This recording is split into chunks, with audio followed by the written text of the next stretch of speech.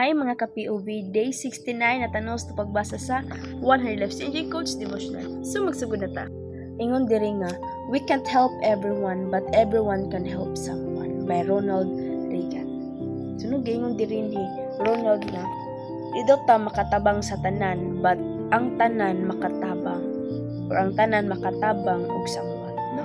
Para kay namta limitation na sa lawas di man ta matunga like sa Ginoo nga naatan everywhere na ang Ginoo kita within a place sa juta na ang that's why kasi atong makuanan dira sa dira pa tumatabangan. Ginoo din nga we can't help everyone but everyone can help someone. Everyone can help. So we may not be able to solve every problem or help everyone in need, but God calls us to do what we can for those He places in our path. So kung kasi may atong ma-interact or atong matabuan nga need og tabang, no? Tabangan nato kay mo nay call sa Ginoo. When we bear one another's burdens, we fulfill Christ's command to love one another. So kani nga command nga love one another is money is a part of tabang kaniya. Even small acts of kindness can make a big difference in someone's life. Daghan gyud mga testimony na makita ninyo sa laing nasud or bisag diri ra jud sa imong palibot nga if you help bisan pug sa imo kagalingon, if you help someone bisan nila pray, bisan nila sulti more advice ba, you can make a big impact in labaw ng mga tao nga hopeless nano ka wala na gadji uban nga mag-suicide na inana bisag gamay nga advice, it can make difference sa ilang kinabuhi. Look for ways to help those around you and trust that God will multiply your efforts for His kingdom. Ingon diri sa Galatians 6:2.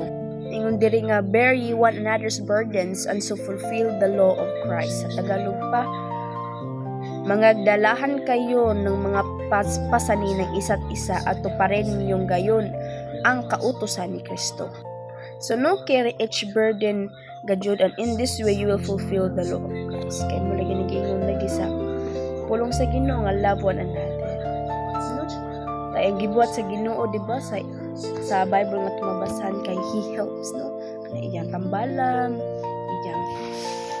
iyang sharean o gospel, ito mo ba dyan na help na ba dyan na diba? Di na jud help about money, mga tagaan ba kundi bisag advice na bisag like if a small push or small motivation can build or can make a good impact or a big impact sa kinabuhi sa imong gitabangan. It's all about mutabang ka, it's all about money, but all about effort, word of wisdom, motivation, inspiration.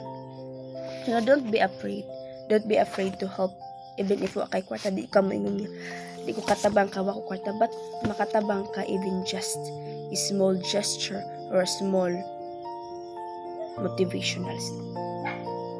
And I challenge you right now, help them kung help her or him kung kisa man nang nagtabang duol nimo.